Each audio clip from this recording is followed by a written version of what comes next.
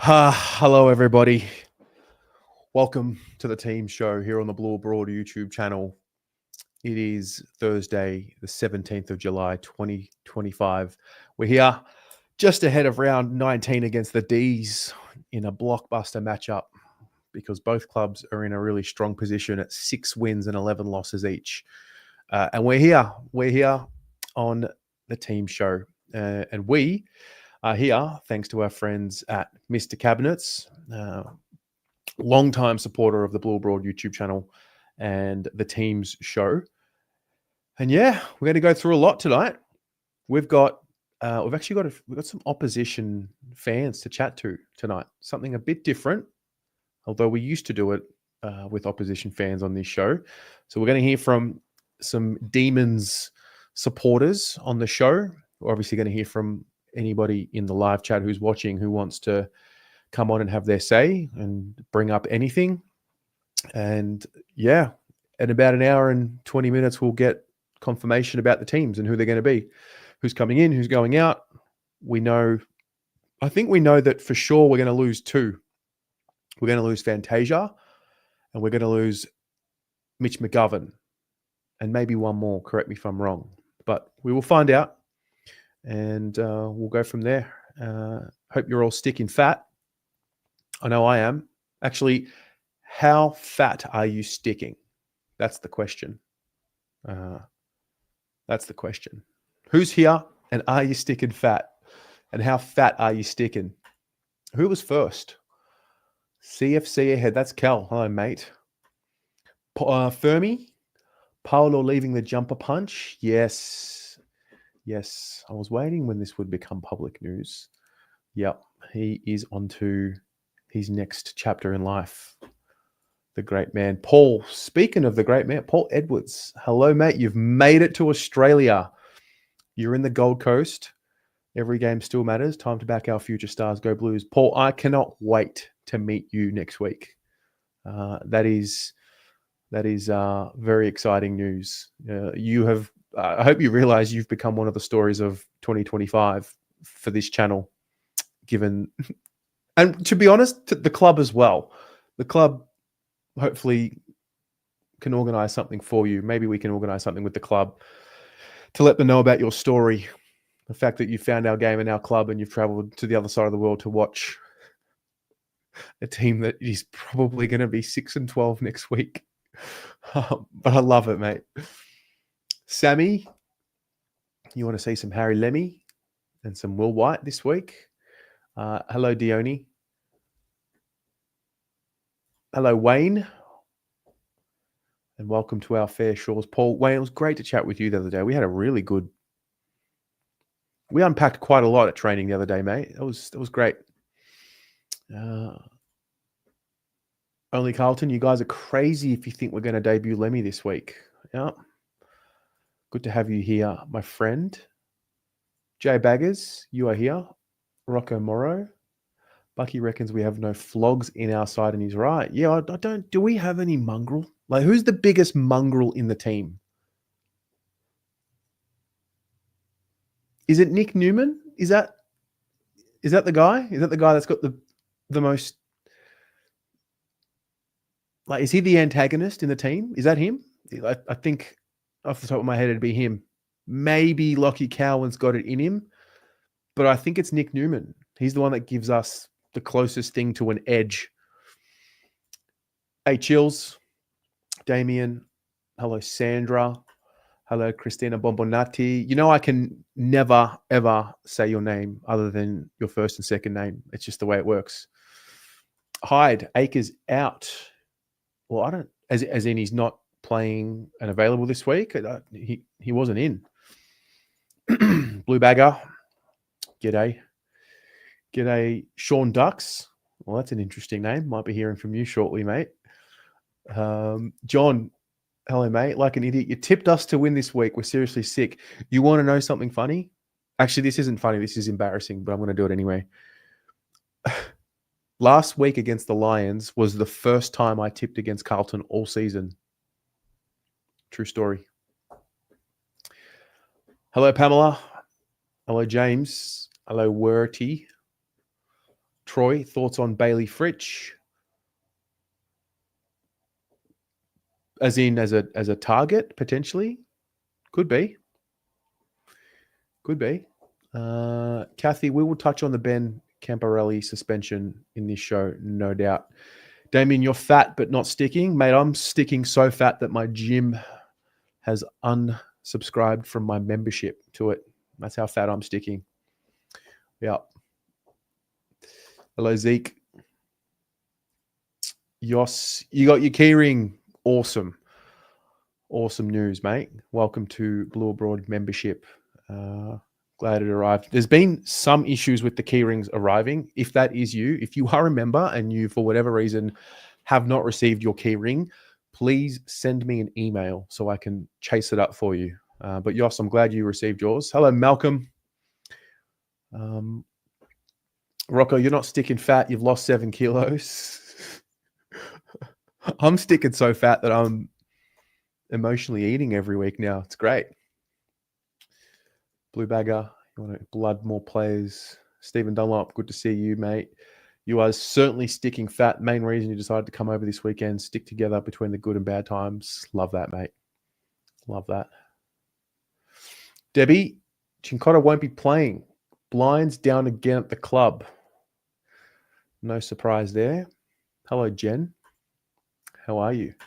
Wordy, how are they going to tell us to stick fat when we're starving for success? That's a good point. Still doing the ladder predictor. Sick. I haven't done a ladder predictor in a while. I've been banned, but I think I might do one tonight. We will see. Rocco, Moro, Paul Edwards and Pitto's talk, the only 2 highlights of the year. Wait till we meet Paul, like in the flesh. It'd be great. Cowan as our antagonist. Yeah, Jack Silvani's got a little bit of it. I don't know if Cottrell's got the real mongrel. I'm not sure. A lot of people don't see it, but Motlop is very lippy. He does talk a lot of shit. He does. Damien Blake Acres has missed out again this week. He's being arrested from the VFL 2. A 4th club not out of the question with teams keeping an eye on him. I think that's a really interesting story that's going to emerge. I don't know if Blake Acres really loves playing football the way I thought he did.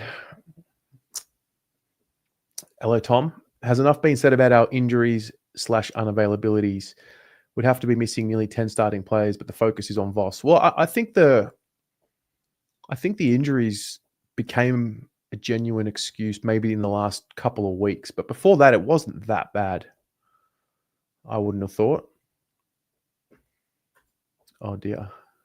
How is it possible? Don't make me do one, because I'll do one. I don't need too many I don't need too many reasons to do a ladder predictor. In fact, we will do a ladder predictor on this show. We will.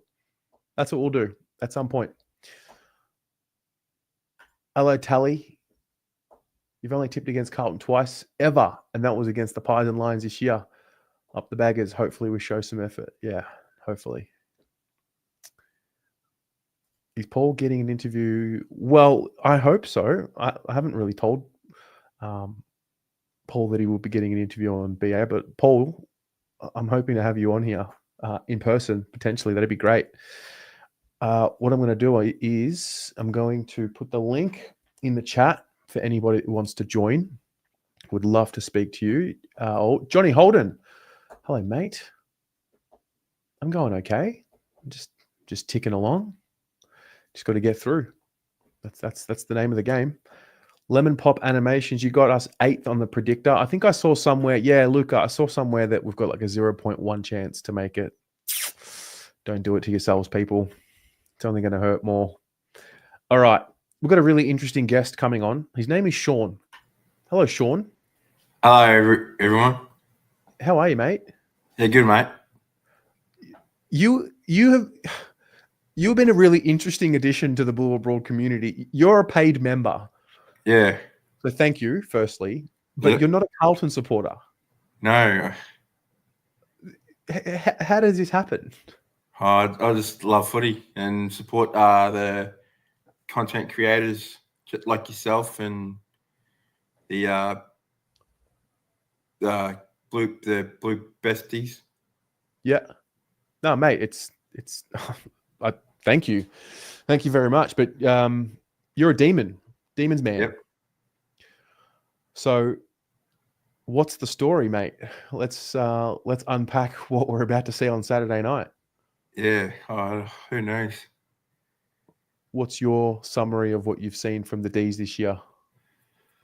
Not a very good season at both teams actually. What is the reason for the D's downfall in your view? I got to admit, I haven't watched too much of Melbourne this year. I got no idea, honestly. I'd say probably injuries.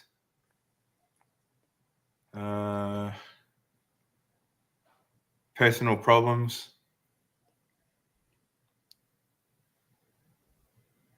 Yeah. I had actually, it's funny. I had the debrief? Yeah. I actually sat with Adrian from the debrief at the MCG the other day. Side story, we filmed for about an hour. And I got home and I realized that I had pushed a button on top of the camera and the interview filmed in slow motion and we lost the whole interview. Oh. So like side story, like, yeah, you think it was my first rodeo. Anyway, but we had a really interesting conversation, which will remain private for the most part now.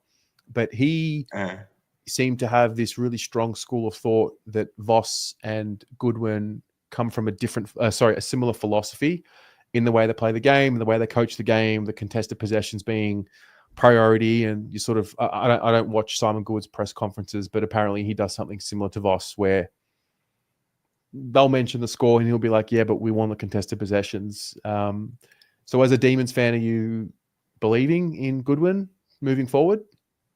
Yeah, I'd say so. Yeah. A lot of Demon supporters aren't, I guess. Yeah. What's the key for the D's this week? Obviously kick straight better than previous weeks. Yeah. Are you going on Saturday? Yeah. How'd you become a D supporter? I was in the maternity suite there, when I was born. It was next to Robbie Flower's oldest son, Brad. All right.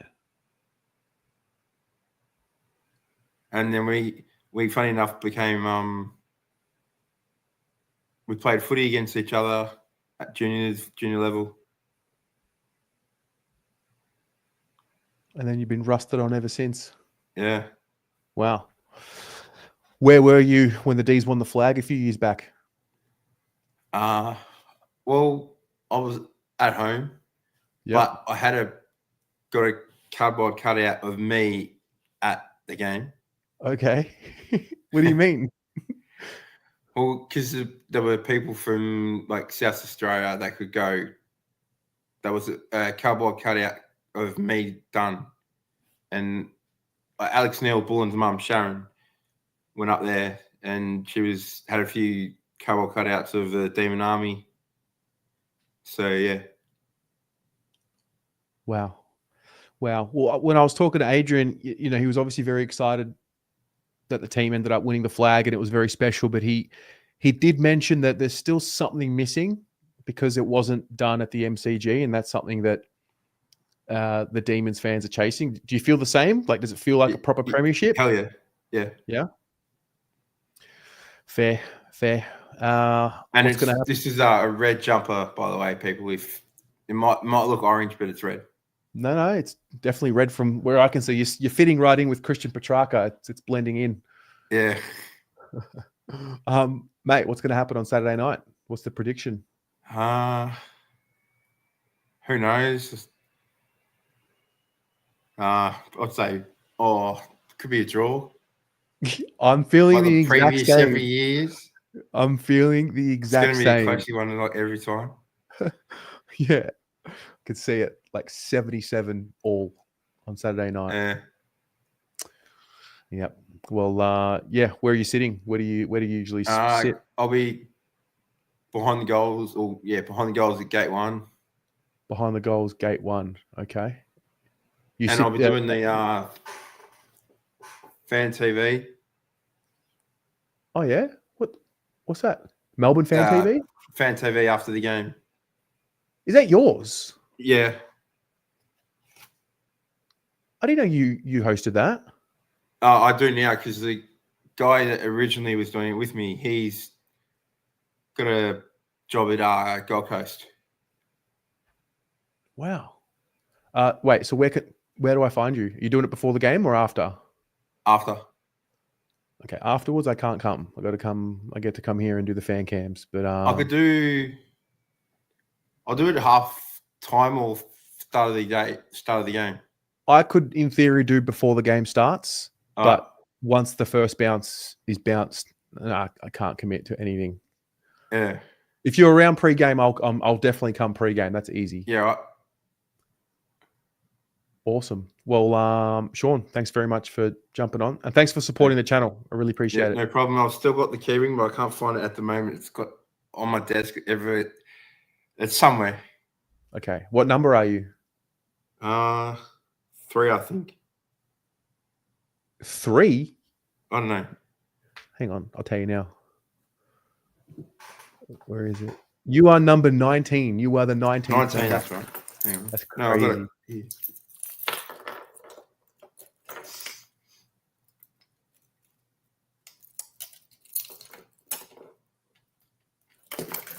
Yeah, 19. Perfect. All right, mate. Well, you have a great one, and we'll speak to you on Saturday. All right, see you then. All right. See you, mate. What a lovely guy. He was one of the... He signed up straight away, like immediately. He actually was a member on YouTube before we moved her away from YouTube onto Stripe. And I never realized he was a Demon Man until I saw his Instagram. And then I realized, like, this is a fully fledged Melbourne Demon supporter signing up for a Blue Abroad membership. It's fascinating. Speaking of a man that we usually speak to, who's usually abroad, but he's in Australia now, that's Paul, Mr. Edwards. Mate, how are you? Terry, I'm really good, mate. Absolutely buzzing to be in your beautiful country. It's great to be here. Can you detail the journey? Like, when did you get to Australia? And yeah, just give us all the information.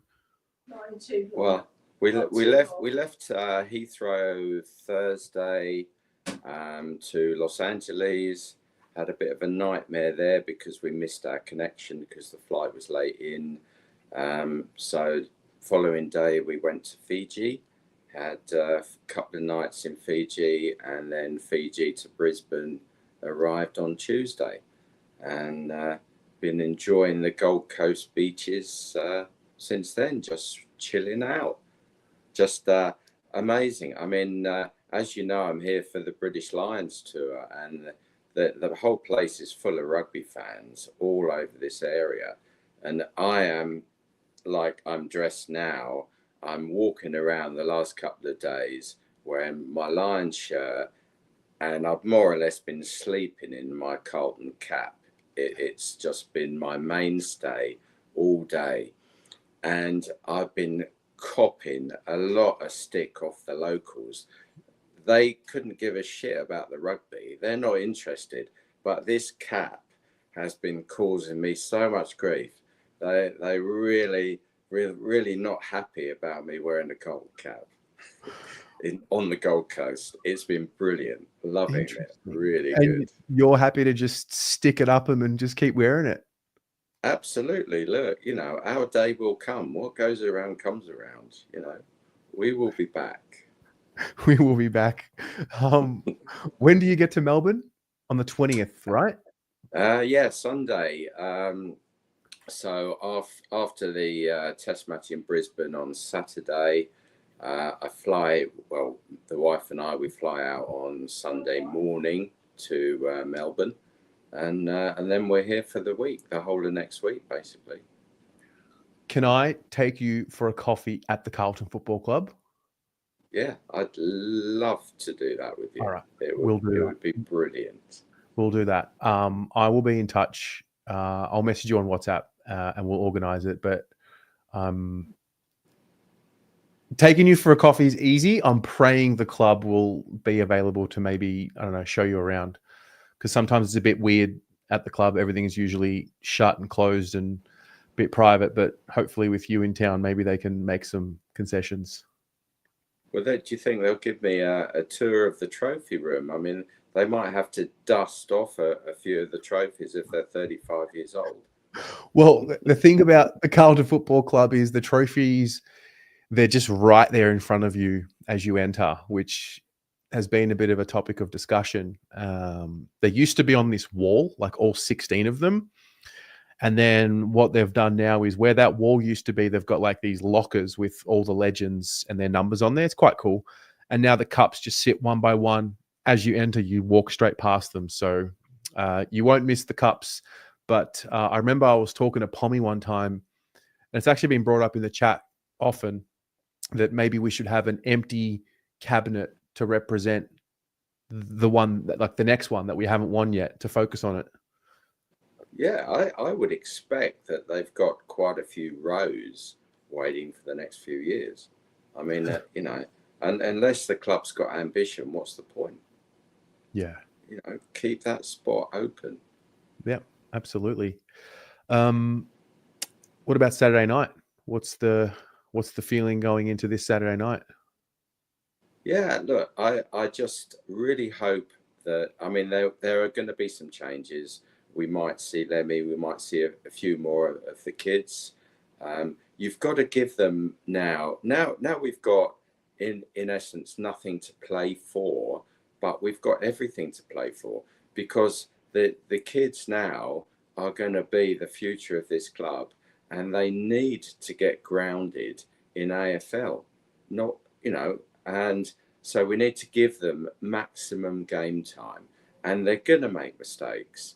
They're going to have some bad performances, but if you believe that they're good enough, you've got to play them, because they'll just get better. So look, we've got nothing to lose. Play, you can't. I know you can't play all of them, but play them throughout the remaining games. You know, I'll be at the game next Thursday against Hawthorn. I absolutely can't wait. This is our time. The Blues are going to win next Thursday for me, regardless of whatever happens for the rest of the season. Next Thursday is a win, because they will win for me, and I'm super excited for the game next week. Have you got tickets? I have. This will make you laugh. So my wife is really. She hasn't been swayed by AFL yet. She's only, you know, into rugby really, but AFL is probably one sport too many at the moment. So next Thursday, I've got the ticket for the AFL, and as part of the deal, I had to buy her a theatre ticket in Melbourne. So she's going to the theatre. I'm going to the G. So I could be going on my own next Thursday. Yeah. Absolutely not. You're coming with me. You're not sitting on your own. No way. Okay, we'll chat. We'll discuss this. We'll organize this. No.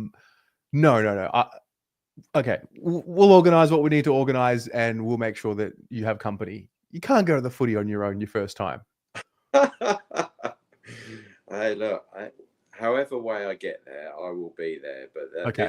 This is great. Look, you know, your channel and you, Terry, have been made a big impact on me, and it's made it so easy for me to absolutely love the Blues. And you know, the season might have been crap, but you know, there's always next season. You know, you've always got to be positives. Never give up. You know, there's always something to take out of the game, and you move forward. There's no point looking backwards. You know, you don't know what's going to happen tomorrow. You know, Yeah. let's be positive. Let's get behind this club. Let's move it forward, and just don't think too much about the past. Let's go Blues, eh? Love it, mate. We'll see keep you in next touch, week. mate. Absolutely, I'll be in touch. You Brill. enjoy the Gold Coast for now, and we'll see you next week. Can't wait. Catch you next week, Terry. See you, mate. That man is not going to the football on his own next week. It's incredible.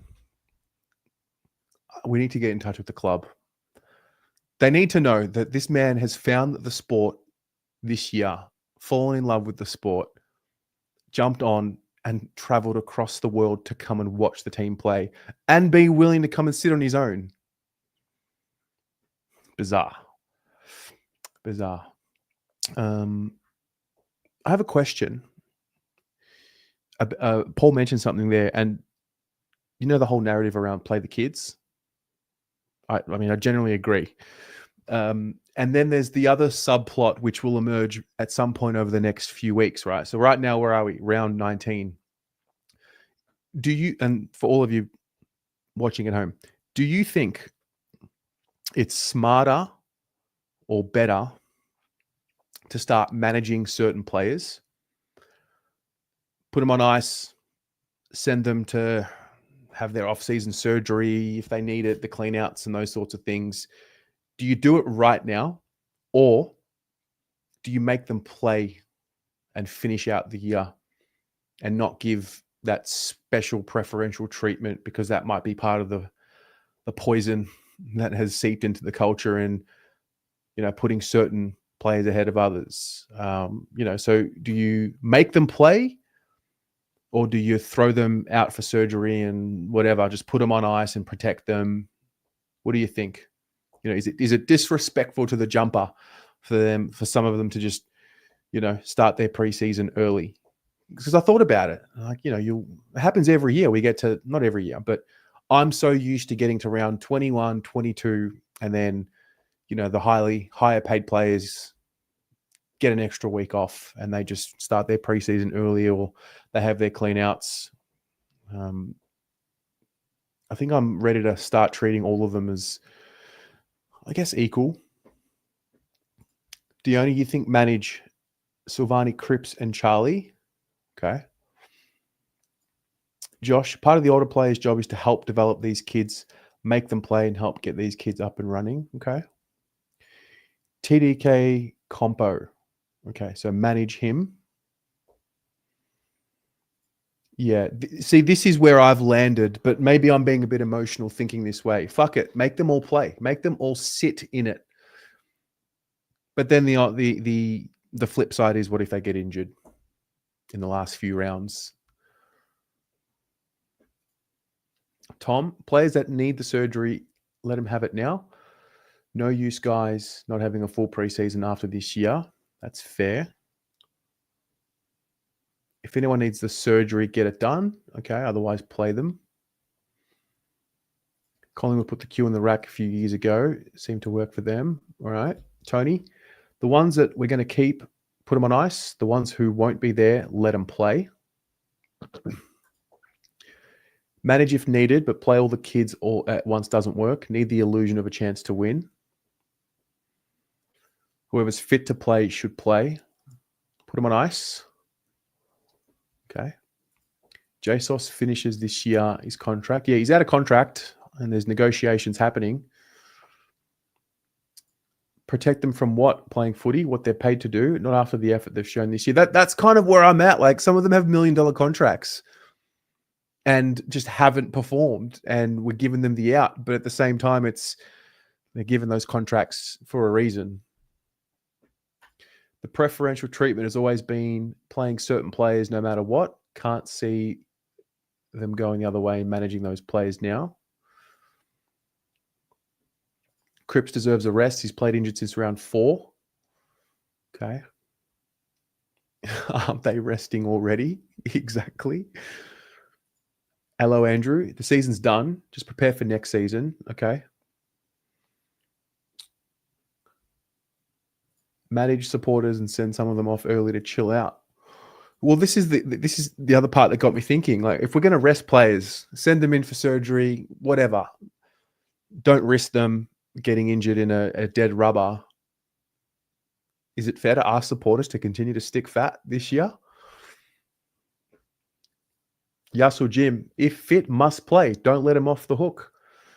This is, I think I lean here. Like, no, sit in it. Sit with it. Help us get through.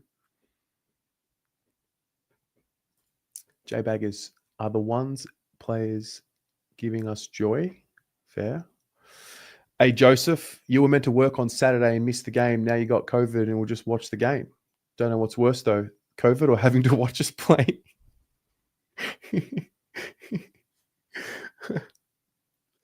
All right. I'm going to bring in another guest. Very, very, very well-known guest in... well, you'll know him from around here. We interview him every year before the Melbourne game. And if you are a footy YouTube or just content absorber, you'll know who this man is. It's Kaden McDonald. Hello, mate. Terry, how are you, mate? How are you traveling? Live on the Teams show this year, mate. Oh, this is a step up. This is awesome. Thanks for having me. Nah, no worries, mate. You know, have you heard what happened yesterday with Adrian? No. Oh. I'm yet to see some content, so I'm a little bit concerned. So we sat at the MCG. Great interview, great chat, deep, philosophical, introspective. Probably filmed for about 45 to 50 minutes, and then got home, put the SD card in the Mac, and then I saw the file as I started trying to edit it. It was like 2 hours and 40 minutes. I was like, hang on a minute. The whole thing was filmed in slow motion with, I must have hit the button on top of the camera or something. And like we lost it. No audio. That is like, so frustrating. Oh, yeah. But it's all right. I'm only in my first year of content creation, so I'm a rookie. Man, happens to the best of us. It was quite funny. So you were with Adrian, and then I heard around the traps that you're on the Rog pod as well. So a couple of circles. You're in it amongst it. Yeah, well, a couple of mutuals. It's the worst time to be talking about Carlton footy, but mate, got a job to do. It is what it is, right? Yep. Yeah. What is going on with the Baggers? I don't know, man. I feel like you and I do this chat every year. The last few years, you've had the belief in the Blues as well. You've told me that you feel like we're just there. We're not far away. It sort of reminds you of the D's and. I might have tipped him for the flag this year. The Blues? Yeah. I don't know. Honestly, I don't know what's happened. It's a mixture of poor decisions coming back to bite us and fractures and division and culture problems. And I don't know, dude. Your guess is as good as mine. Yeah. I'm a bit at a loss with it all. Like, I look back historically, and there has been teams that, I don't know, jump up into the finals, look like they're going to be that team, plateau a little bit, and then do bounce back. You know, the Tigers 2016, like they went elimination, missed the finals altogether, had a really shocking 2016, and then they finally saluted. But I don't know, like I loved the Blues' depth for a few years there. Like, I felt like in your VFL side, there was just so many players that I would have been expected to be playing one's footy that couldn't quite crack in. So, like, across the board, I was envious of your depth. And then across last summer, all of a sudden, like, a lot of the players went on for other opportunities and whatnot. And I kept like singing the praises of the depth, but when the injuries hit this year, it didn't feel like it was covered as well. So I don't know, maybe you're just like rotating that bottom six year 22, like trying to find that bottom six that works, because it feels like it's the bottom six that wins your flags. Because from my perspective, and, you know, I'm not breaking any news here, but like your high end, like elite players are some of the best in the comp. It's just like, I don't know, is that fair, or how are you seeing it? You're not wrong. I mean,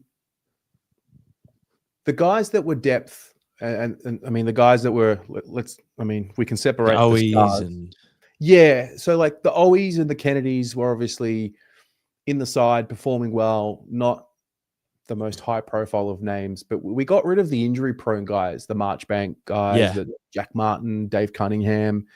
And there was a school of thought that it's time to start putting some time into these kids, Jackson Beans and some of these guys on the list. Cooper Lord, we sort of made the bold move for Jagger Smith. That didn't work out because he got injured. Can't do much about it. But then these stars that we all talk about, they have pretty much all of them, bar maybe one or two, they've had like career worst years for a number of reasons. And so we got exposed there. And then the guys who were meant to get more game time, Elijah Holland has had his issues. Jagger's not there. Cooper Lord still quite young. Like that, we haven't seen them for a number of reasons. And then only over the last 3 or so weeks, I would say the injuries have gotten to a point where it's pretty stiff. Like it's going to be hard to win games as it is. So it's all compounded, but I don't know. Now it's sort of like, if you talk to the supporter base, we don't know. Are we rebuilding? Were we rebuilding the whole time based off the moves that we made? I don't know. Yeah. It's a good question. I feel, I don't know. I don't think teams don't rebuild anymore. Like I know, no, if you get dealt that hand and it's sort of forced, sometimes you have to. But I just look at where the D's are at the moment, and it feels like we've got high-end, high-quality 30-year-olds. And 10 years ago, if a player got to 30, you gave them 18 months left. But now, with the high performance, how professional, how diligent these footballers are, you get to 30 and you've got 5 years left of good quality footy. So now I'm of the belief, the D's have some 30-year-olds, they've got some 18-year-olds, but I feel like we don't have anyone in the middle.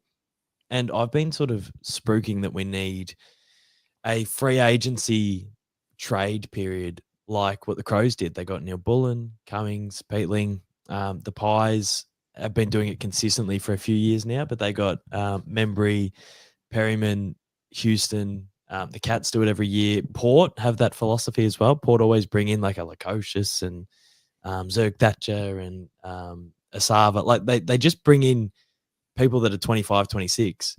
And nowadays you're getting 8 years out of those people. Like, as a sort of reference, back in the day, Bernie Vince came at 29 and he was sort of only there for a couple of years. But now if a player comes at 29, you get him for 6 years at your footy club, which is a long time. Like if someone's at your footy club for 6 years, by the time they retire, it feels like they're a one club player because 6 years is a big body of work. So yeah, I don't know like where you guys are at, but from a D's perspective, I'm massive on just, if you get those 26-year-old, if you always get 26-year-olds in, you're always in the window because you're never too old because your list is always prime. And a lot of footy clubs are doing that at the moment. Obviously, it's a bit of a balance. Like, you can't just get 26-year-olds. You need to top up a little bit through the draft because it costs you less. But, that's where I see the D's. And I wondered, what would your philosophy be for the Blues sort of postseason? I'm big on a change in philosophy. I think, Your philosophy is to change some philosophy. My philosophy is to change some philosophy. Exactly. No, I think there's just been such a division across the board, playing group, players to club, club to fans, fans to administration, with it everywhere, fans to fans, like just division everywhere. And I think we, as a footy club, have to find a way to mend the bridge because there's just like ocean separating everyone at the moment. And we need to build the bridges again. I don't think it's as drastic as what it might be made out to be. And I don't think anything truly is that drastic. I think there might be a few tinkerings that need to happen in football department, whether that be the head coach or not, I don't know.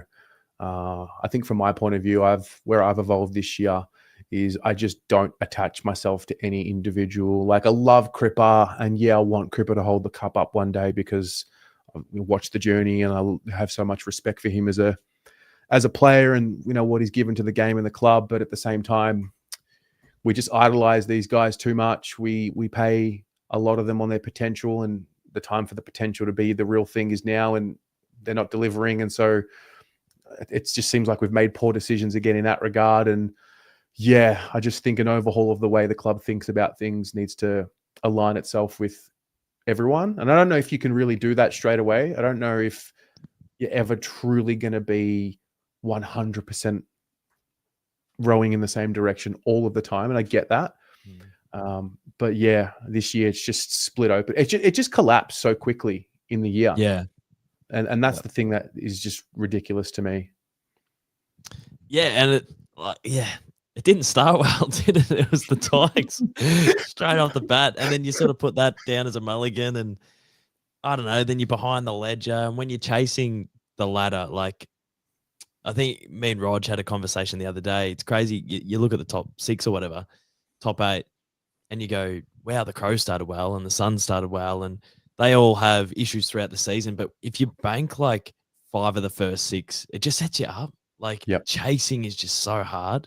And like, you can't put an emphasis in the start of the season, but yeah, when you're behind the ledger, you're chasing the ladder. It's hard yakka. Like, it makes things so much difficult. What was your perspective on the Ds? So, I mean, I've watched a fair bit of the Ds, but I mean, there was a slow start. Then there was obviously, you know, is Cozzy staying? Is Cozzy going? Is Jackson going to come back to Melbourne? Is he going to stay at Freo? And then Cozzy staying. Cozzy's elevated to another level. And then there seemed to be this statement that was put out that you're going to change the way that you play. And there seemed to be a bit of an uptick. And then a pretty tough loss to Collingwood by a point, maybe deflates the group. Like, what's happened? What's the story there? Well, I'm not massive on clapping back, but it was just hilarious over the summer. It was happening in September. Like, the headlines about Petrarca going was happening.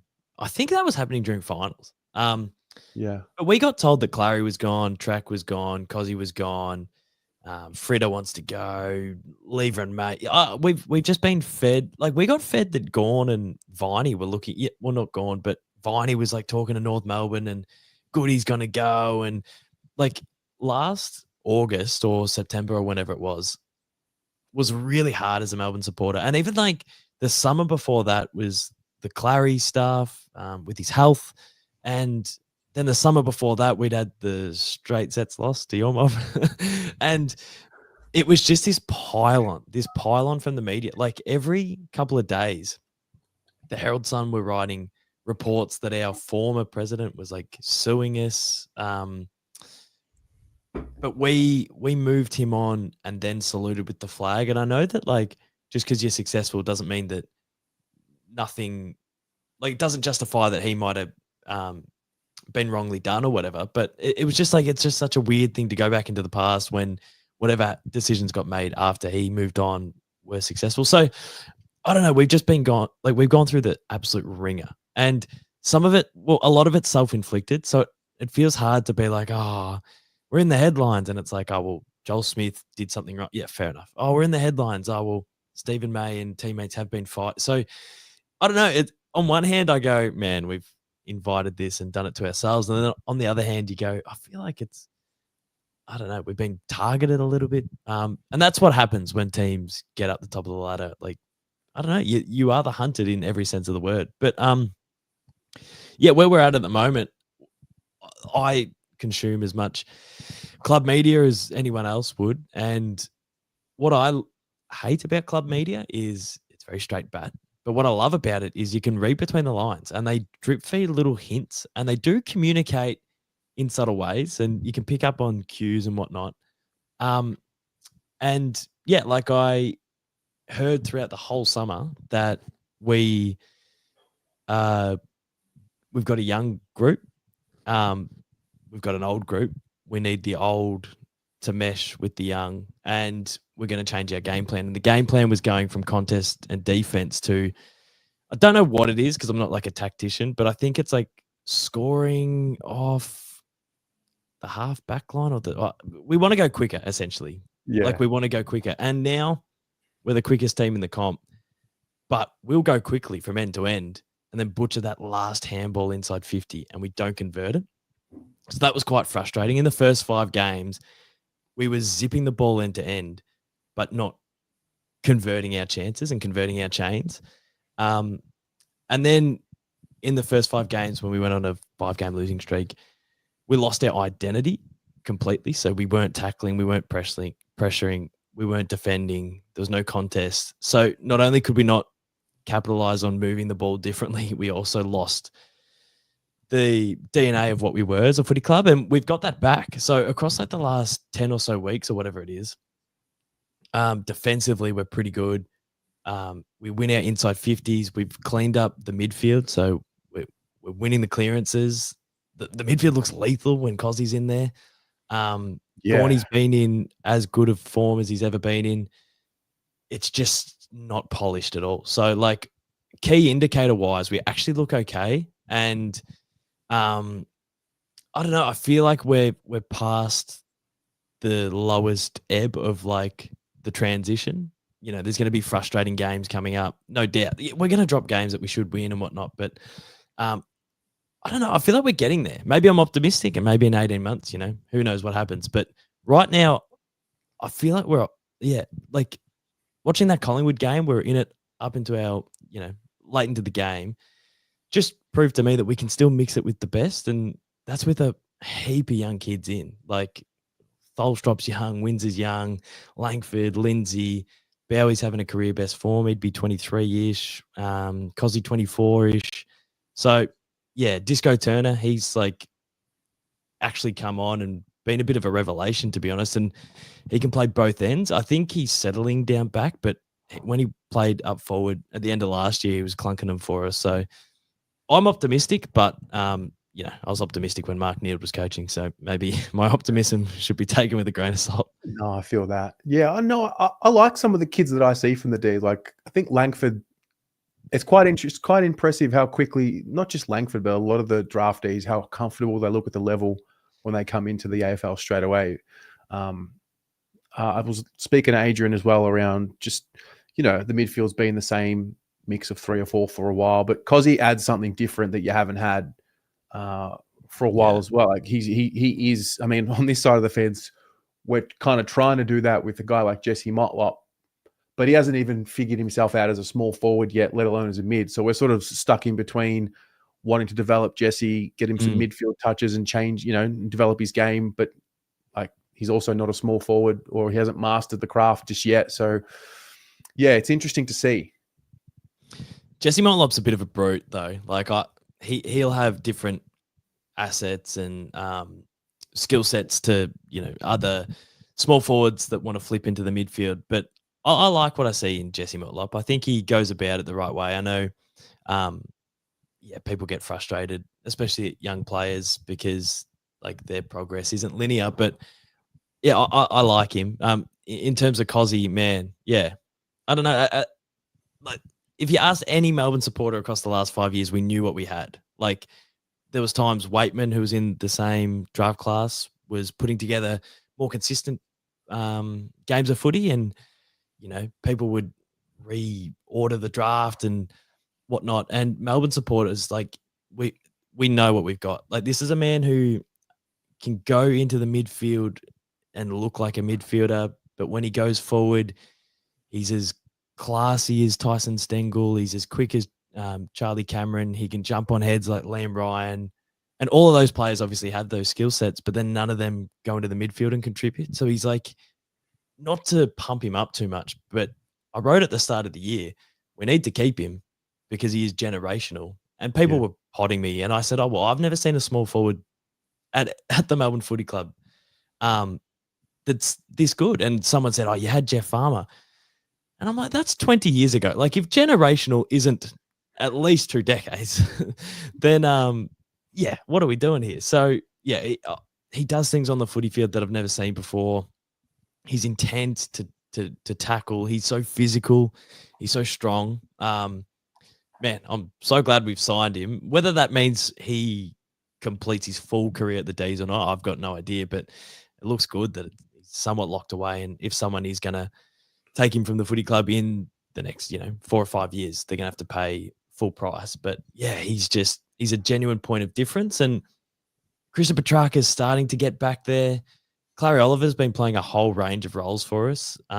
Defensively, offensively, he's probably had like a C grade Clary year. Still averages he's 25, and he's looking fit and healthy, which is probably the most important thing.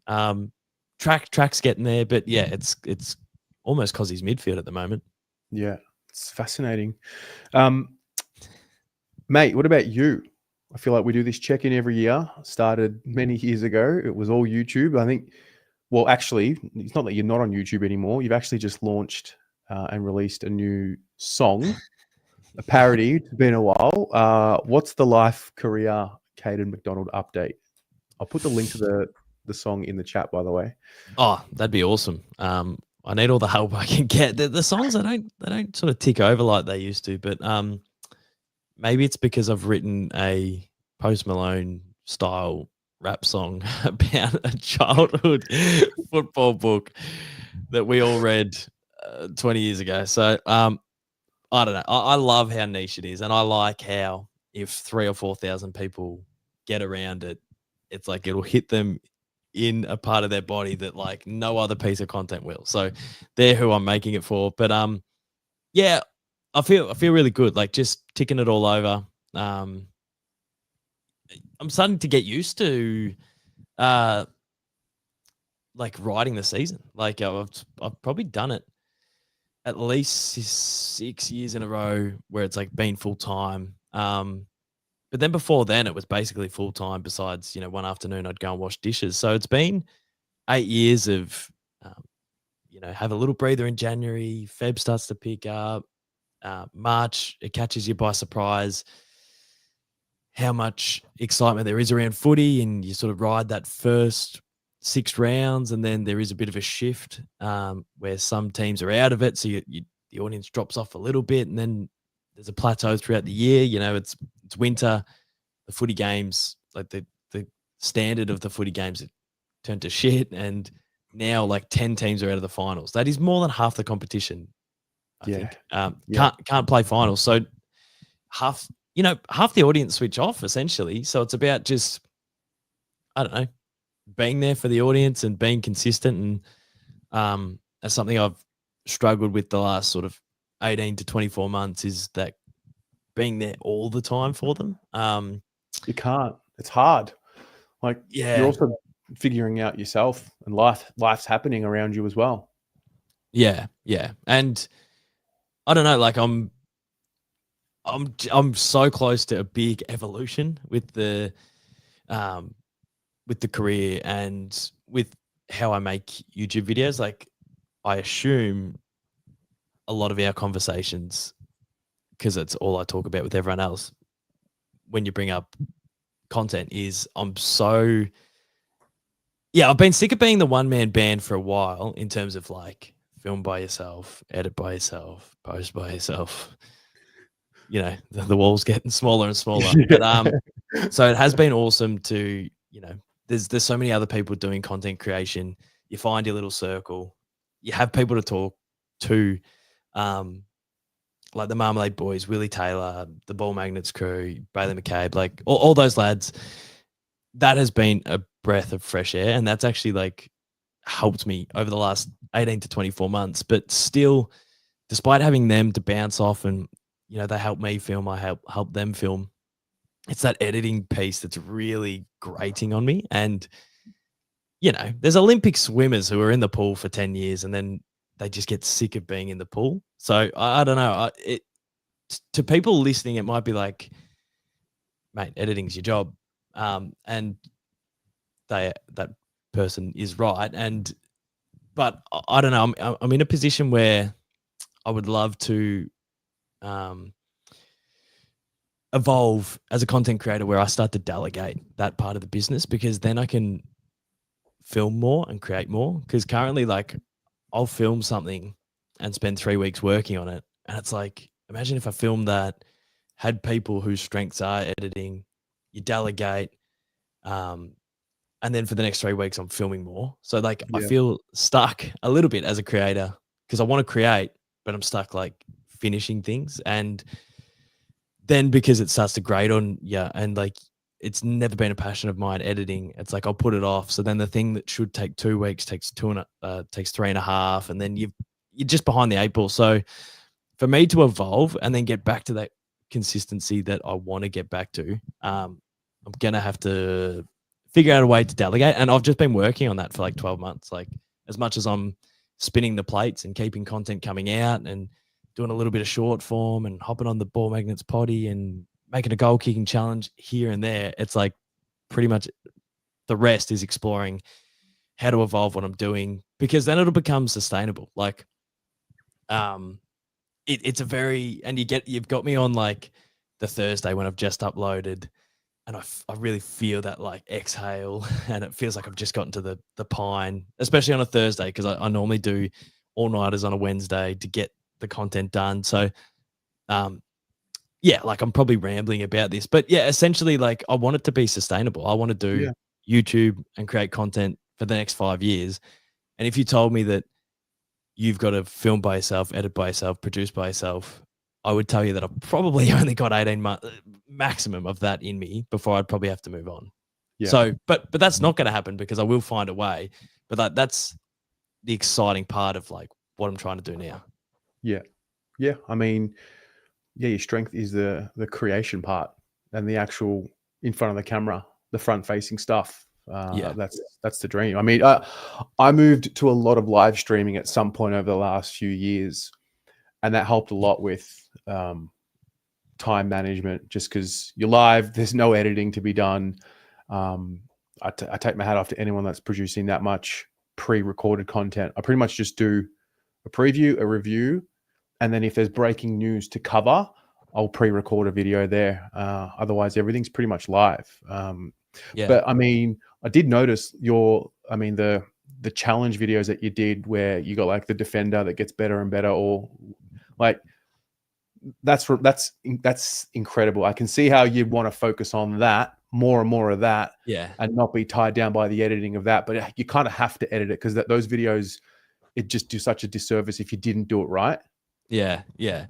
And yeah, you're spot on. And like, I can tell there's an appetite for that content. It's the funnest thing ever to go out and film. But it went from the goal kicking challenges, where me and a couple of mates who didn't have uni or part-time work for the day, we'd go down, we'd have one camera and maybe a phone in the goal square, no microphones. There was actually no camera on the reactions. So in the first couple of goal kicking challenges, it's just the person having the shot at goal. And then you'd hear some of the banter behind the scenes, but I didn't have a second camera, so none of that's captured. And now it's like, I don't know, it's like 3 or 4 cameras capturing maybe a GoPro. There's mics.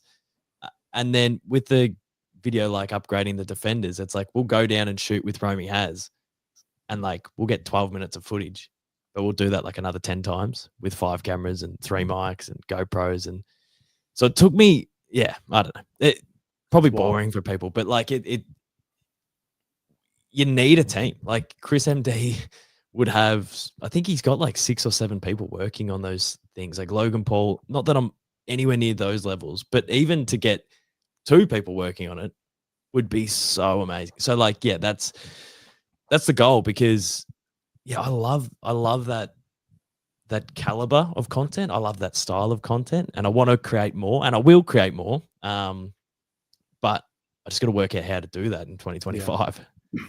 You will, no doubt about it. You've always been your harshest critic.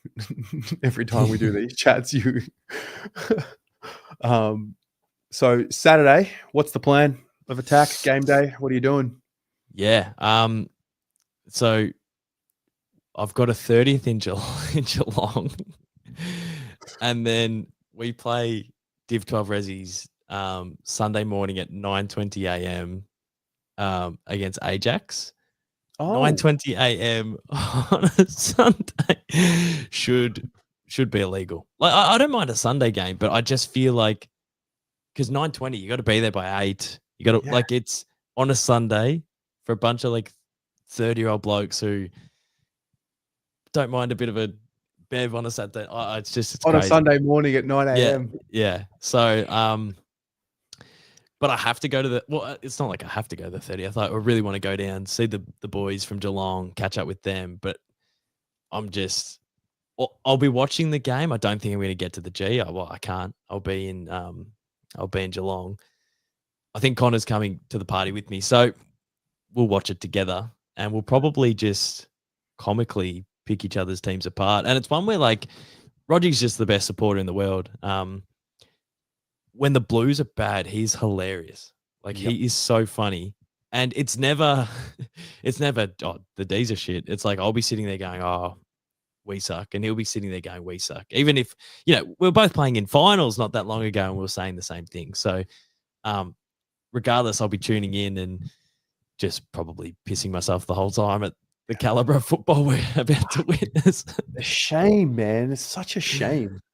Two clubs that were on the way up, and just 6 and 11 going into round 19. It's just whatever. That's footy. Yeah. No, it'll be.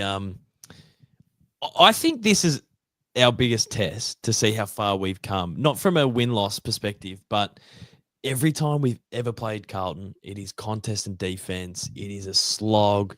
It's 56-63. It's just low scoring. It is ugly, but also if you saw that style of footy in a we did, but like in a qualifying final or prelim final, you'd probably say this is great standard. Like we make it a slog, but that's because of the high pressure and the high contest.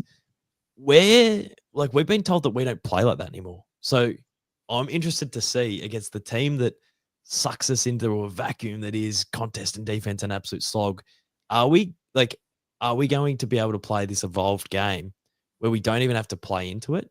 I doubt it. I think soggy MCG Saturday night, bit of dew on the ball, like it's going to be what we've seen in the past. But I'm just interested to see whether will our new game plan look differently against like a Carlton where historically it has been just rough. Mate, can't wait. 77-77, a draw in the cold. I'd take that. I'd take that around the bonfire. Unbelievable. Well, look, hey, thanks so much for jumping on. I know that it's live and live's different, but I mean, not that you're not used to being on a live stream, but live's fun. It's good. Yeah. And it's such a good, the skill set you're building this is radio, man. This is live. We're on the airwaves. Yeah. Well, it's like immersive. If you're sitting in your living room watching this on your TV, like you're watching, but you're also commenting, and sometimes your comment gets brought up on, like it's very interactive. It's fun. It is what it is. The parasocial relationship. Yes. Mate, thanks again. Wishing you all the best with everything. And may there be no injuries on Saturday night. How about that? Doesn't matter. Off-season surgery is not that far away. True. If it is, hopefully it's only a 6-week and they can go on to their Bali trip. Yeah. No. Thanks, good Terry. stuff. No worries, Thank you, mate. Yeah. Chat soon. That was great. It's always refreshing. Been chatting with Kaden on previews, I'm going to say since either 2019 or 2020, like early days. It's just fascinating to see the journey that it all takes. That was great. We have 12 minutes to go until the teams come out, apparently on Channel 7 News, but about 15 minutes until they come out online. Cal, I do see you there. I'll get you in shortly, mate. I'll put the link in for anyone else as well. I also want to watch an interview that I saw, which we didn't watch the other night because we were covering the Chera.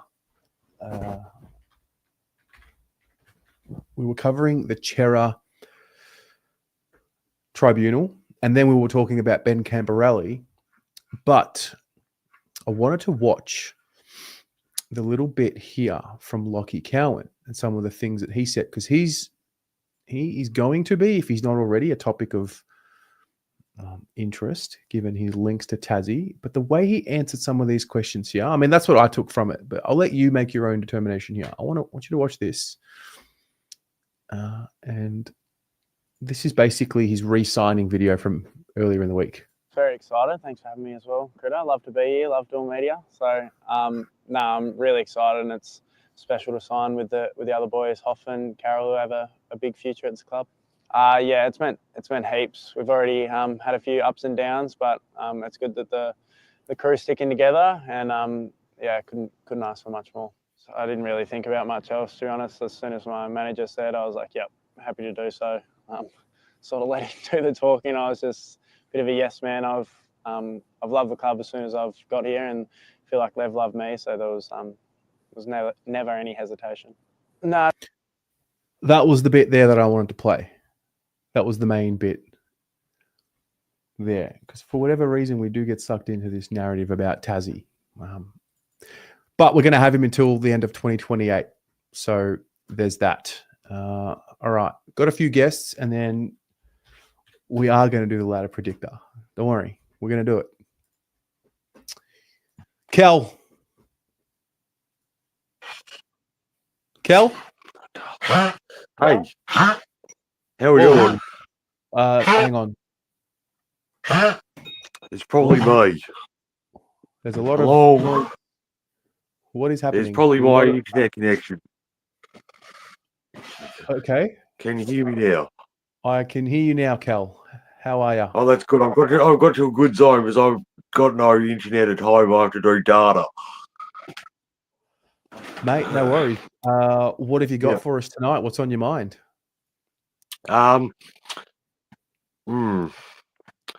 Really, I hope it's not going to be a draw, but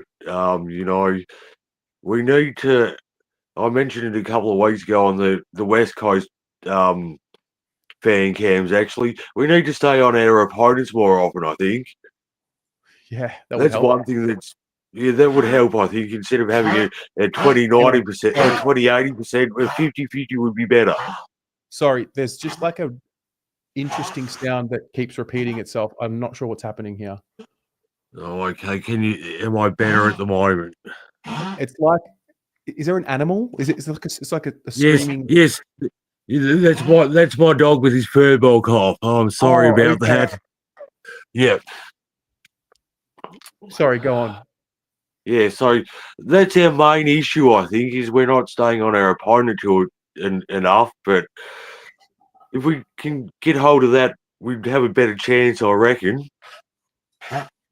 So, improvements, I know it's been a problem. I think we've had the issue for about 20 years.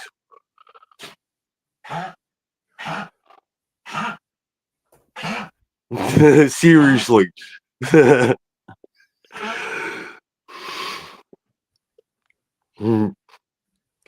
Sorry. Oh, fucking hell. Sorry, Kel. I've just lost my fucking... Oh my God. Well, this is the second time I've got a funny reaction out of you, because the first one was the first time I appeared with I've never seen that with me tattoo thing. Well, I've had lots of people, and their usual comment is, well, that's commitment. Oh, yeah. Oh my God, I have crashed out, my friend. Oh my goodness. Oh shit. Oh shit. Are you going on Saturday night? Unfortunately, being in Hobart, I have to be in Tassie because we've got a stupid fucking state election, and I'm doing the Tassie Devil March as well. Even though I'm staying in Carlton supporter, I'm not going to be a Tassie Devil supporter. But I'd like the footy team down here so we get more football. That would be great. That would be great. Cal, you're a legend, mate. We'll speak to you soon. Oh, thank you. You are too, yeah. See you.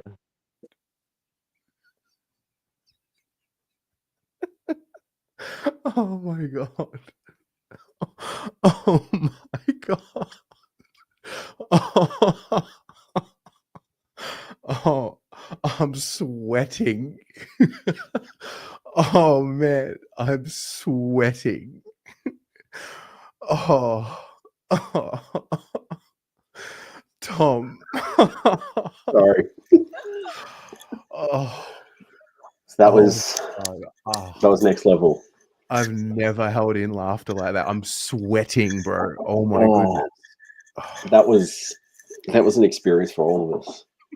You can think, yeah, Oh, it was good. It's what we all needed. I think so. Yeah. Oh, Yeah, no, it was good. how are you? But yeah, doing good.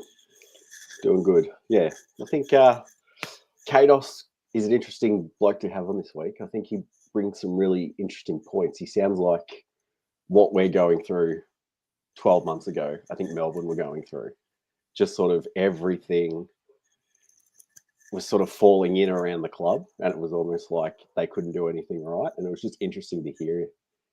He was saying the same things we're saying at the moment, just with different names. And I think that's what's quite a funny thing. You know what Man, really awesome. resonated when he was talking about the way that they've changed their ball movement, whatever they've tried to do, and he was saying how it's they're moving the ball quicker, but that final handball or that final kick inside 50 is just letting them down. Like, that's us. Yeah. Oh, exactly right. And how he even said like their demographic is either 30-year-olds or 18-year-olds. Like, it's sort of, we don't even have that middle ground either of like that dominant 26-year-old. Well, we do. And he could be going to St Kilda. So that's the sort of half the issue that we're dealing with at the moment as well. And Melbourne had that issue as well. They started losing players that, like Neil Bullen's gone to Adelaide. All of a sudden, he's gone from a pressure forward to a dynamic key in their chain of just a relentless attack. So it just shows if you've got the players, you just got to unlock their correct potential and what they can do in a game. And I think that's what I think a lot of Carlton heads are probably afraid of, is losing some of those link players going to other clubs. And you look at Matt Kennedy and unlocking something that they were never able to get at Carlton, sort of thing. Yeah. Do you have fears that we'll lose too many? I don't know. I have a fear that we'll cut too deep because the walls are falling down, and it's almost like they've got to go back to square one, when if you make the right changes, it can do a lot. And I think they've got to really find that fine line of, if you sort of get rid of Kerno, get rid of Mackay, and all of a sudden you're left with a 19-year-old key forward, it's kind of like, where's that line sort of feel? And I think we're at that stage where we're realizing pretty much everyone in our team is having the worst year at the exact same time, their worst year of their career at the exact same time. So really can only do better. Like I put in the chat when Kados was on as a bit of a joke, do you do Bailey Fritsch 2 first rounders and give Harry Mackay? Like, is that the sort of thing that we're looking at doing? I think we seriously need to look at winners to get into the club. Like I've thrown out maybe Jack Gunston would be a good pickup just for a couple of years and teach him how to play small, teach our young guys how to play small forward. Like there's just these players that are out there that if we can get the right ones into the club, it'll do big things for our younger list that's there. And we don't want to get rid of those guys who have it, sort of thing. Yeah. What about tonight? Changes? What do you changes? I think I heard Akers isn't coming back, so I think he's a no-go. But yeah, I really don't know. Like I'm at the stage where I don't think Lemmy's getting a game because we would have had the video of him finding out by now, sort of thing. So maybe Hudson O'Keefe isn't the way to go, but then you run the risk of going too tall, because as much as we all want, well, not all of us, but a lot of people want TDK to be dropped, I don't think that's the right move, because he really does stretch Melbourne. Mm-hmm. And the 2 ruck attack works really well against Max Gawn. It's sort of been proven. Pito plays him really well. And then TDK runs him around the ground a bit much. So we've got things that we can pull more week than we have in the past 2 weeks. On the team, it still worries me. Stephen May always loved going on charity, and Charlie's not having a month, and I think this has been the worst opponent for him this week to come against, especially if they don't bring in another tall forward to help him, because May will just sit on him all night. So that's a bit of a worrying key of where we're going to kick our score from, because we're sort of already behind the 8 ball there. But yeah, I just hope they bring Sard back in, give Boyd a try, give Billy Wilson a try, maybe even push Sard to a wing and see if he can create a bit more closer to goal. But yeah, I think they've just got to try and outspeed Melbourne, because Melbourne's one of those teams that we can almost be faster than. So fair. Well, we'll find out right. any minute, mate. We'll All chat right. to you. We'll chat to you soon. See you soon, mate. Yeah. All right. See ya. Just realised here, Aiden. I'm sorry, I missed this when Kaden was on. Big Kaden McDonald fan. Okay.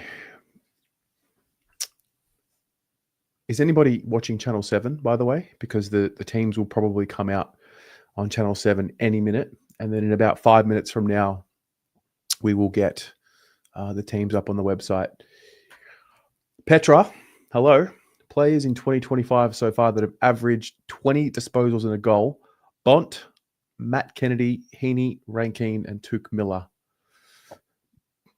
There you go. Another one here. That final kick into the forward line is the kick that has the most pressure on the kicker. We have too many players that don't execute under pressure. Oh, that's right. Somebody actually wrote a comment on one of my videos today, and they were at Collingwood training. And hang on, let me get it up here. Might have been. Hang on, let me get this up.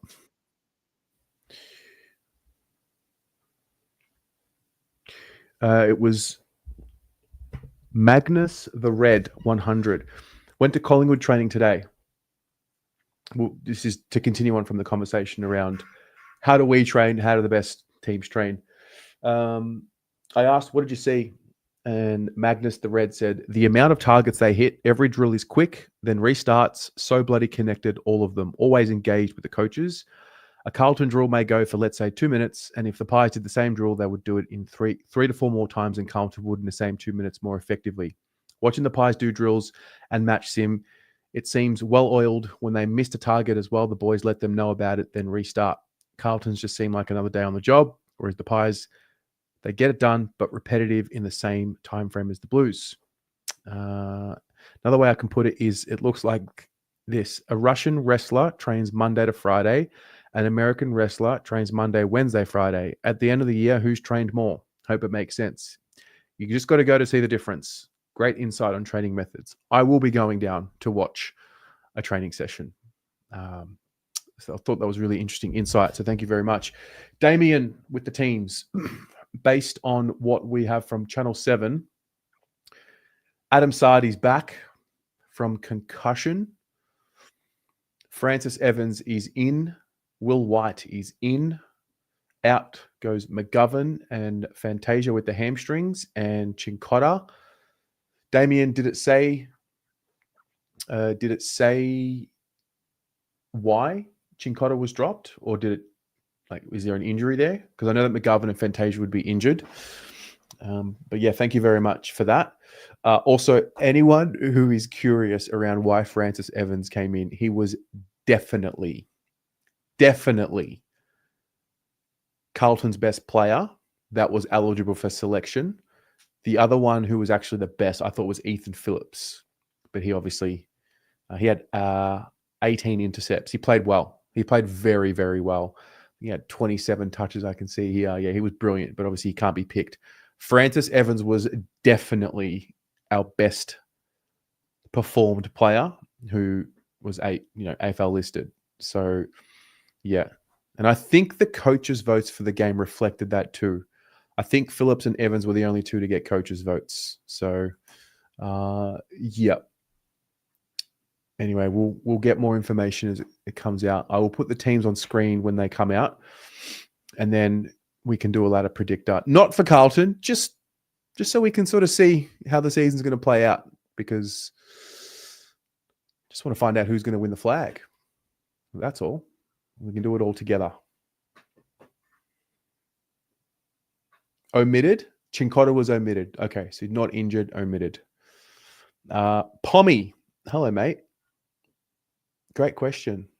Pommy will be at the game. Pommy and I are going to the game together on Saturday, which I think the last time we went to a game together was not a Carlton. We haven't been to a Carlton game together. It was a West Coast Richmond game from memory. Yeah, last game you were at was the Collingwood game, round 2, 2021. Oh, weenus, man. Oh, man. Oh, I can't tell you. I held it in. I held my laughter in probably for 60 seconds until I just burst. Oh, hilarious. Aaron Dirks, hello, mate. Why don't you just come in, get 4 touches, no goals, and go straight back out? Potentially.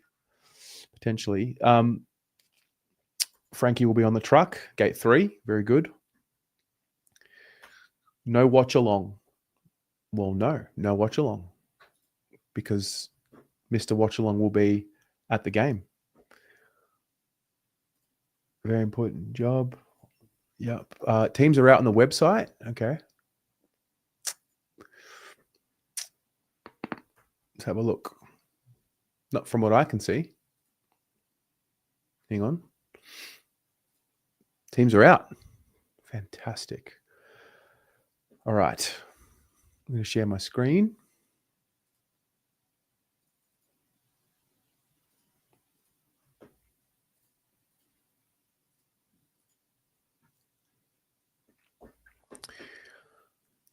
McGovern, Fantasia, Cincotta out. In White, Evans, and Sard. Stephen May returns for the D's with Harry Sharp. Tom Sparrow out. Jake Lever out. Clayton Oliver, 200th game. Fuck. All right. Nick Haynes, Jacob Wiedering, and Adam Sard with Cowan, O'Farrell, and Doherty. Moya named on the wing. Interesting. Cripps and Chera named on the other wing. Also interesting. Flynn Young, Kerno, Fogarty with Motlop, DeConing, and Zach Williams. DeConing named at full forward. Pitto, Hewitt, Oliver Hollins named as the followers with Matt Carroll, Francis Evans, Corey Durden, Will White, Cooper Lord. Who do you think the sub will be here?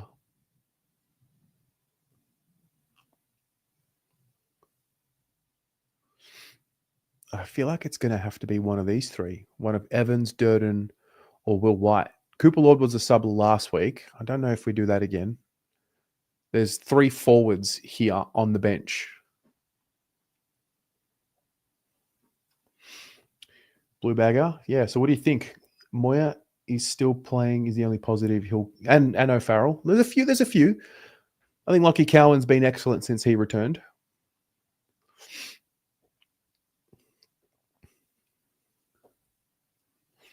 Sonny, you reckon White will be the sub? Maybe.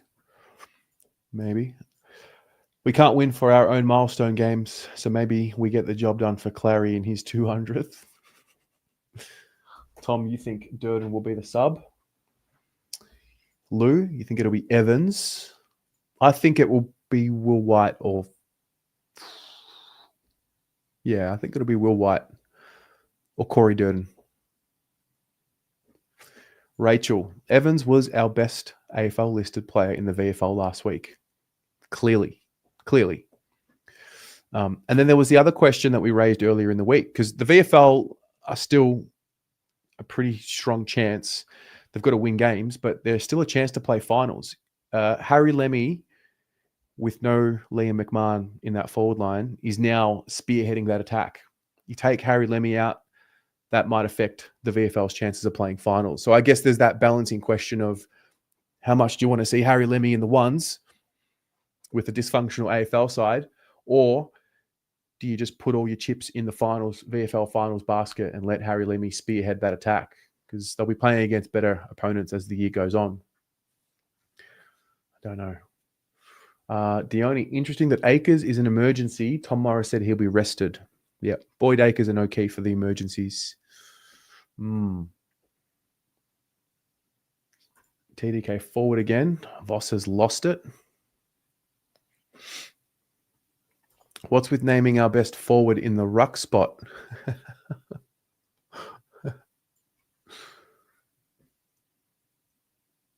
Tatum, you think TDK is gone?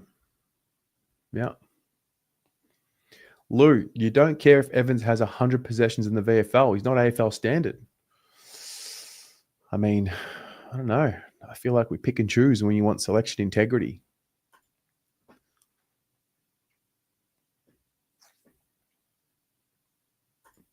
Aaron Dirks, you love keeping up with the VFL boys. Really happy to see them doing so well. And the young guns stats so promising. Danny, this is a win. You don't care who starts. I don't know where you got this from, but mate, I'll drink it. If you're offering it, I'll drink it.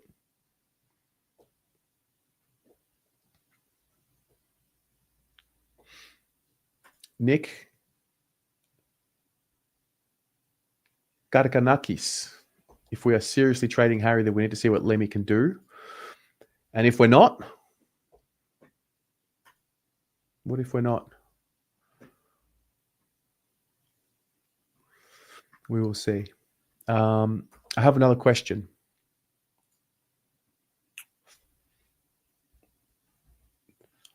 Pick a 5-man leadership group post Patrick Cripps. So looking ahead, and I'm not saying that Cripps should or shouldn't be captain tomorrow or on Saturday, but the question around Carlton's leadership moving forward has been raised. If you were guessing, if you had to put together and nominate a 5-man leadership group, who would it be? And name obviously your next captain as well.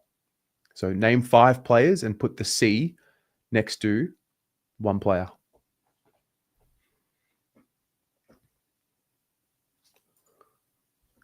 Where does Walsh, Silvani, Hollands, Cowan? Okay. A nice blend of younger and older. I'm guessing you've got Wiedering as captain because he's the first name.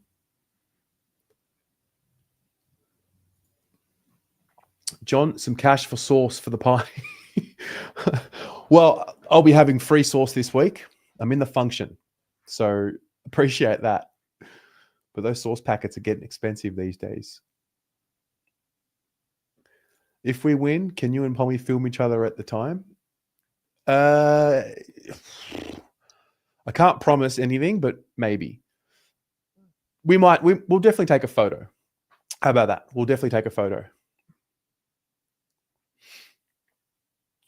John, you'd only have 3. Walsh, Wieders, and Newman. Dione, you'd have, so you've got Wiedering captain, Hollands, Walsh, Cowan, J Sauce. Okay. Quentin. Jack captain. Interesting. Haynes is in your leadership group, Blue Bagger, with Newman as your captain. Brian, you're ready to give the captaincy to Walsh with Cowan, Silvani, and Wiedering. Aaron Dirks. So fair. We're looking into the future post Cripps. Wieders, Walsh, Sauce, Newman, Jagger. Okay. Williams and Harry in your leadership group, Sonny. Okay. All right. Cripps, Jagger, Smith, Hollands, O'Farrell. A very young leadership group here. Yeah. Johnny Holden, selection integrity is 100% important. Having said that, why is it the same 5 or 6 players coming in, going out? I know we can't play too many kids all at once. Well, from my eyes last week, Lucas not ready to play. Ben, I don't think even if he didn't get suspended, will be playing this week. Billy Wilson, maybe, but you do have O'Farrell back there. You do have Cowan back there. You do have Matt Carroll back there. Just a matter of how many you want in that back line. I don't know.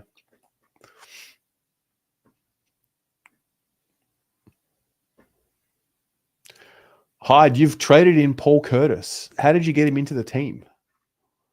What did you give up? Pommy. Jack Silvani, captain. Newman, JSOS, Cowan, Hewitt. Yeah, right. I think you might be the first person to put Hewitt in there, surprisingly. Kano, you're going to be here for the last game of the year against Essendon.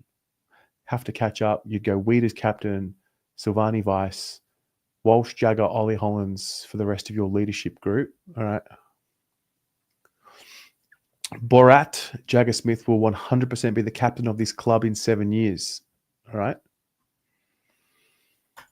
Explicit Empress. Haynes for captain. John, exactly. It's funny how the narrative changes very quickly.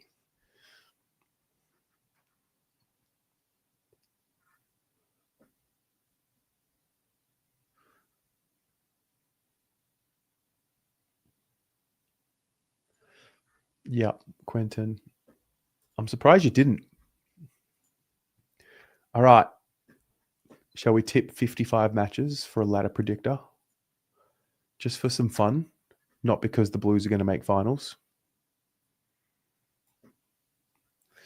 We're tipping the Giants tonight by a lot.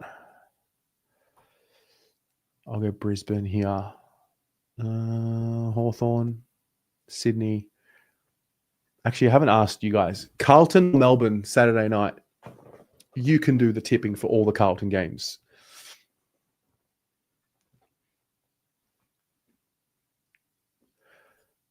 Carlton to lose for the rest of the year? Surely we can beat the Bombers last game of the year.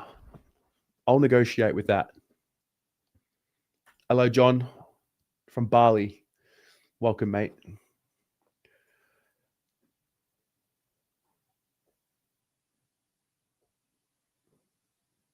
I also think the draw, Cal.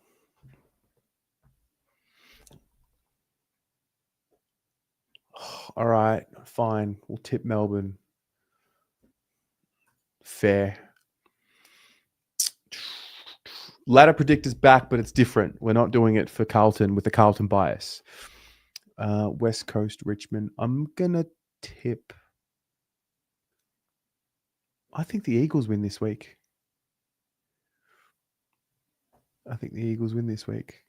Geelong at GMHBA. Collingwood at the G.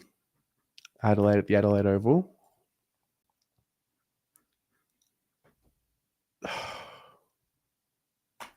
Fine.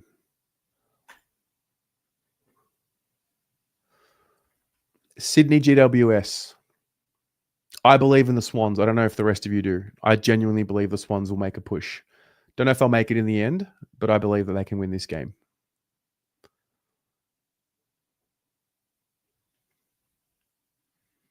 Lou, I'm with you. I think the Crows will come home very strong as well.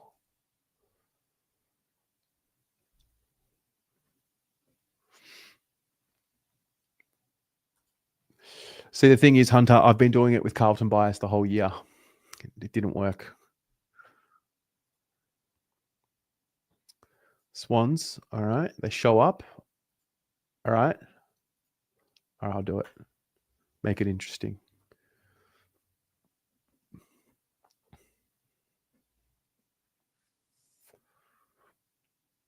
Gold Coast, Brisbane. Oh.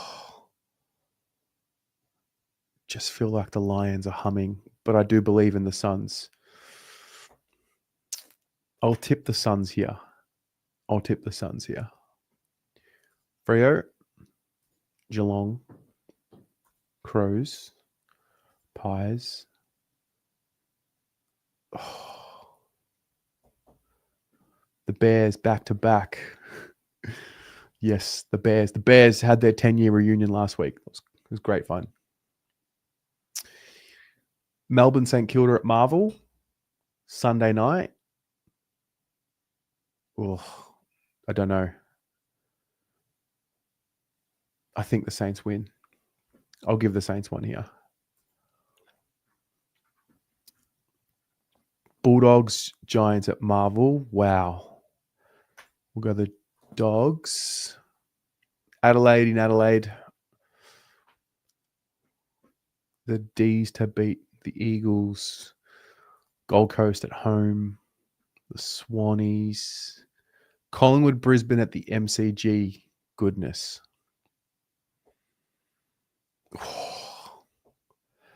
Can't tip against Collingwood at the G. Can't do it. Saints to beat North. Geelong to beat Port.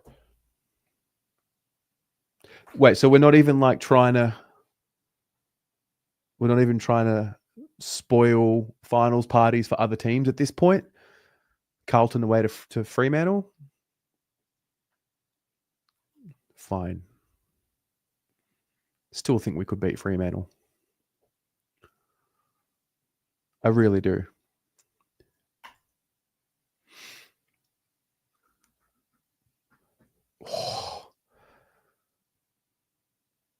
Hawthorn, Collingwood, MCG.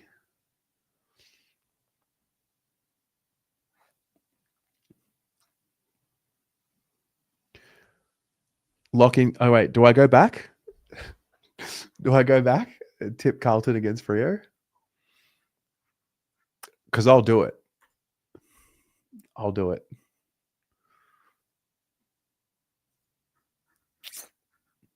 Pies at the MCG. Too good.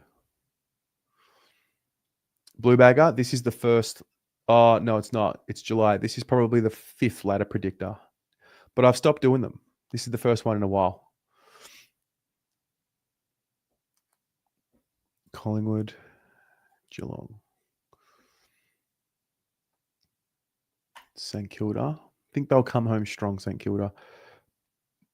Okay, I believe in the Swans. I just don't believe that they can beat Brisbane at the Gabba.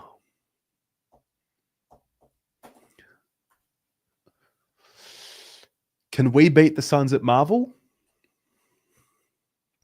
Carlton, Gold Coast. Tip it. I'll leave it in your hands. Carlton, Gold Coast. Kobe. Okay, Hyde. Suns. Lou, Carlton. Rachel, Carlton. Okay.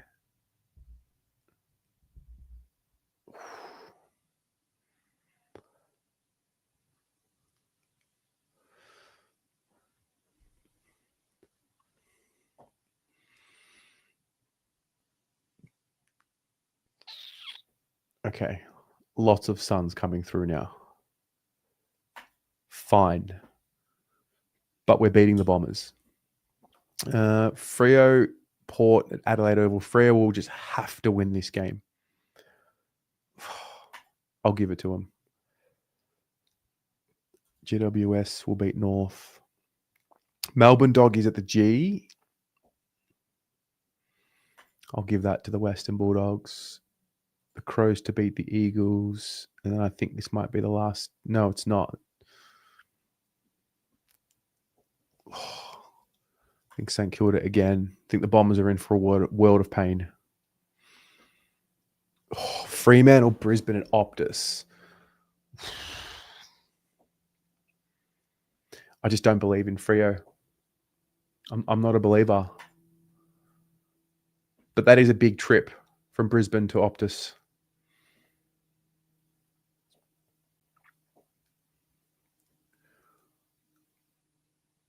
Gold Coast.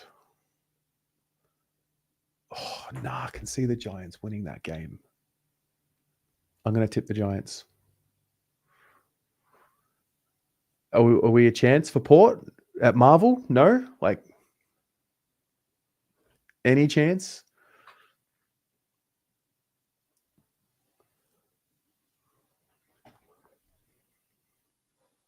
We will both be in similar situations.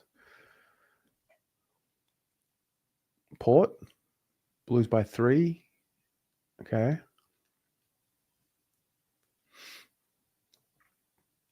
Can't win 2 in a row.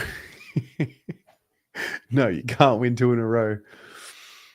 We do usually split them. All right, fine. I think we could beat Port. Whatever. Hawks to beat the D's. Oh, Adelaide Collingwood at the Adelaide Oval. Tip that. Crows Pies, round 23, Adelaide Oval. I think I would. Well, Collingwood will be a game and a half. What is it? No, 2 games clear. So they might be resting a player here or there. I think I will tip the Crows in that.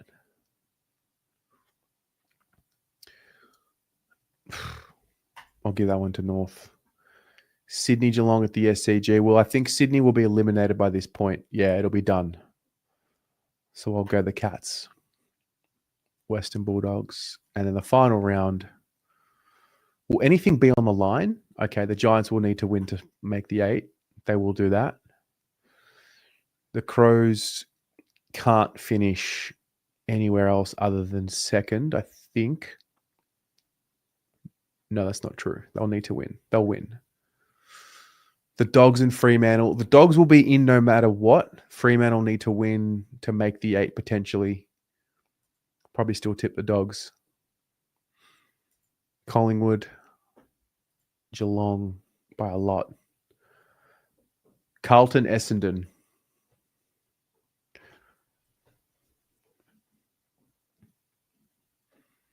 Surely. No, I'm not even putting it to a vote.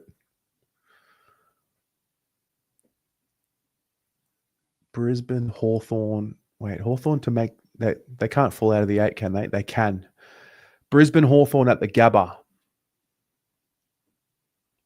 Still think Brisbane win that. Gold Coast. Oh, this is that weird week. So Essendon will play on a Tuesday against the Suns, I think. Yeah. And then they'll also play on the weekend. They get screwed. Yeah, they get screwed bad.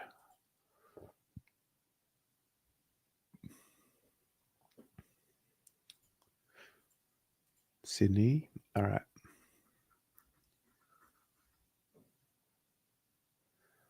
Okay, there's your ladder. Pies, Crows, Cats, Lions. It's pretty much the same. The Doggies make it. No, I have tip here.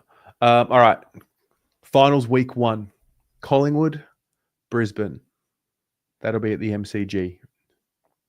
I don't know why Hawthorn's been tipped here, but we can change it.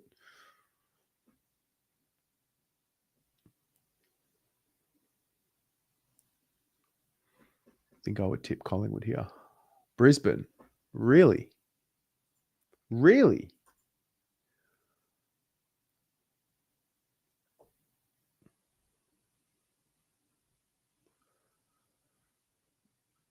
There's 3 Lions to 1 Collingwood. Collingwood Pies in straight sets. Blue Bagger. Who do I want to see win the flag? I would be okay with the Dogs winning the flag. I'd love the Suns to win the flag. And I'd be fine with the Lions winning the flag too. Brisbane, Collingwood, Brisbane. Oh, all right. I don't know if that's just a hate tip, but yeah. Good, Jim. Very good. Gold Coast, Hawthorn. Can Gold Coast win their first ever final? It'll be at People's First. Can they beat Hawthorn up on the Gold Coast? Probably a nighttime game. Probably a Friday night or a Saturday night. Suns? Suns. Wow. Okay.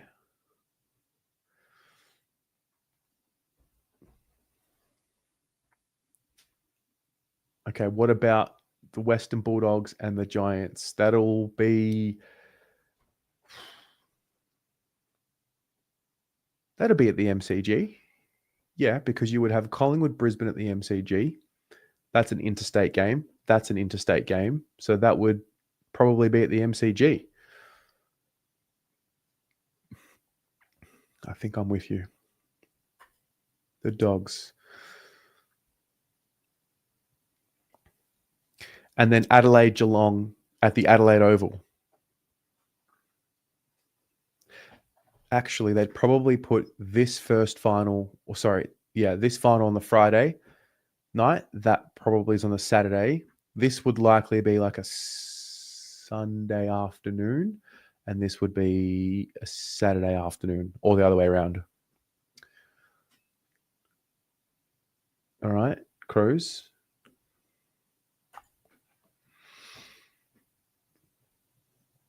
Collingwood, Gold Coast at the MCG.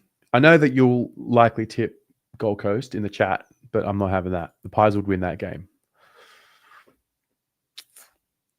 Geelong Doggies at the MCG.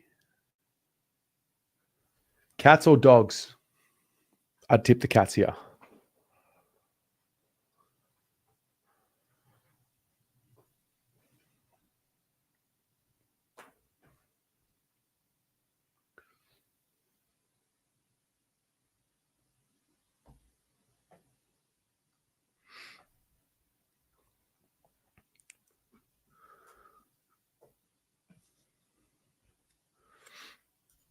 John, I'm with you. You'd like to see Collingwood win the flag, go to 17, then maybe the Carlton Mafia might pull out their heads out of their arrogant asses and stop pretending we're the biggest and the best team.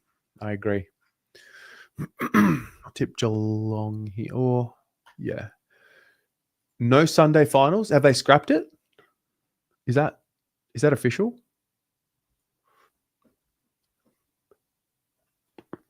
Okay. So the top 4 make the prelims. Brisbane, Geelong. I'm just tipping Brisbane here. I think they're right there again. It's going to be Brisbane, Collingwood, isn't it?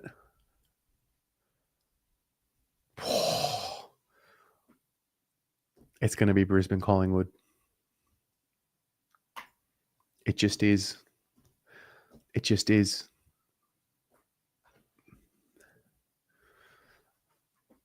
Pies won't lose in Adelaide twice in a row. Yeah. It's going to be a rematch. Okay, let me put a poll up on YouTube.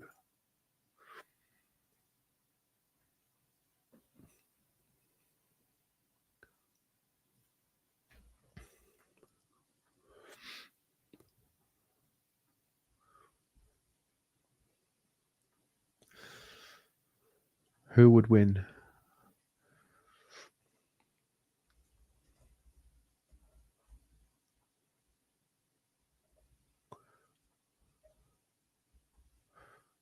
Be a great grand final.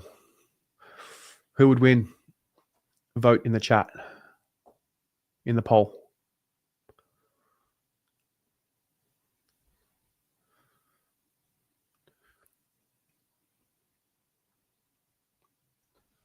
A tight rematch. It'd be like Sydney West Coast back in the day, except it wasn't back to back.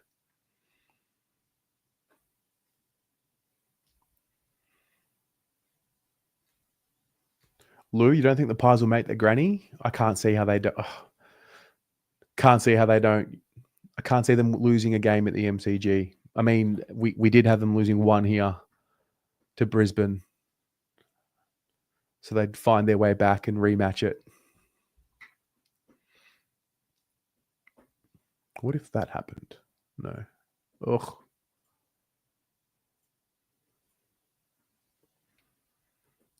Wait, what if this happened and Brisbane found their way back there?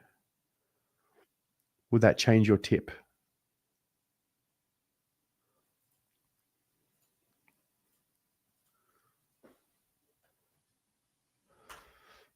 All right.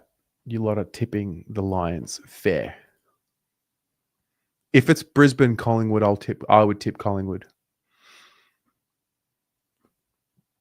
Brisbane back to back. All right. Interesting. We'll see. We will see. It's kind of sad how the ladder's just completely separated already now. Let me get our teams up one more time.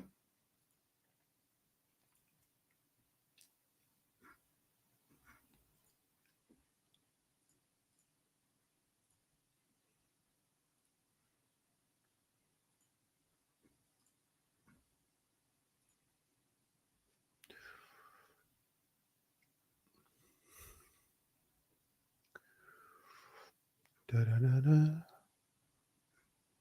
There it is.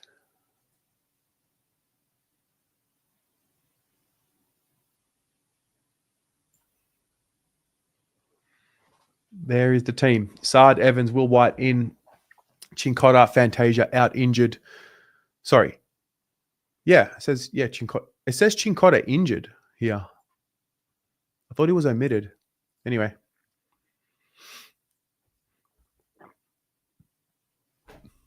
There's your team, ladies and gents. Hyde, it was only 18 weeks ago. We had Carlton in the top 4. Yep.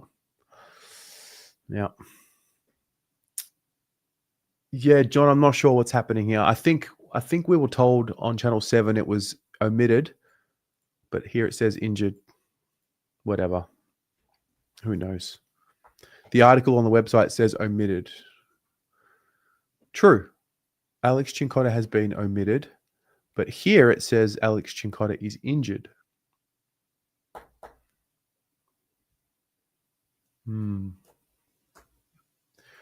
Anyway, it is what it is. Guys, thanks for being here. See you on Saturday night on the fan cams. That was a really fun stream. Shout out to Cal and his pet dog. Oh man, that had me in stitches. It's good to know we can still laugh. I'll see you guys over the weekend. Take care. Go Blues.